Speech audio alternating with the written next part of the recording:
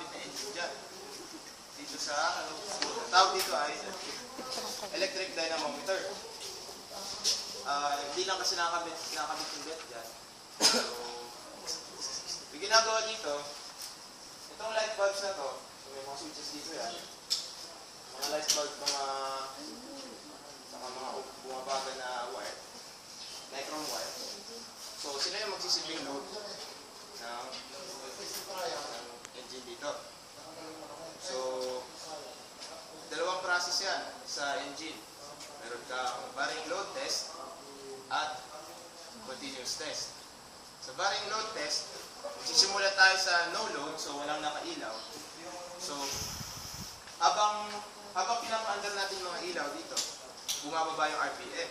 So, for example, meron kang, yung maximum RPM niya ay nasa diesel yan eh. So, sabihin natin 2,600.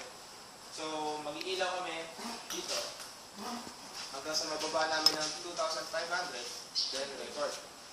The torque, the RPM, temperature, oil temperature, water temperature, exhaust air temperature, sound level, fuel consumption. So, yan, every 100 RPM.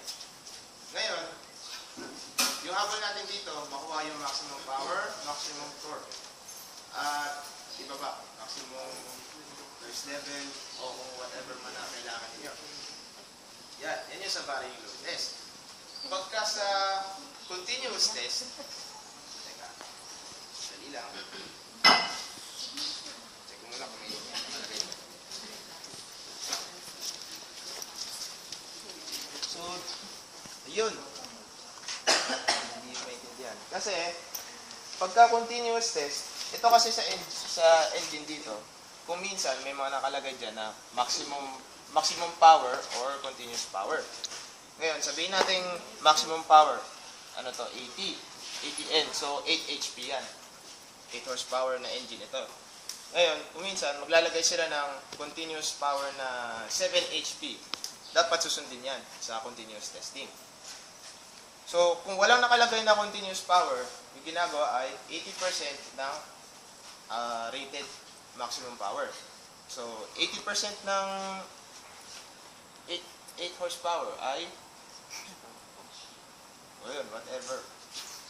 So, based dyan, at a rated speed pala. So, meron kang, for example, 7 horsepower at meron kang 2,400 RPM. So, kung ano man yung torque niya, i-base namin yan dyan.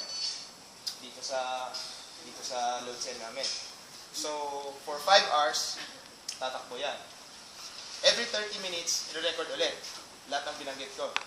Speed, torque, fuel consumption, temperature, sa oil man yan, oil, water, o exhaust air.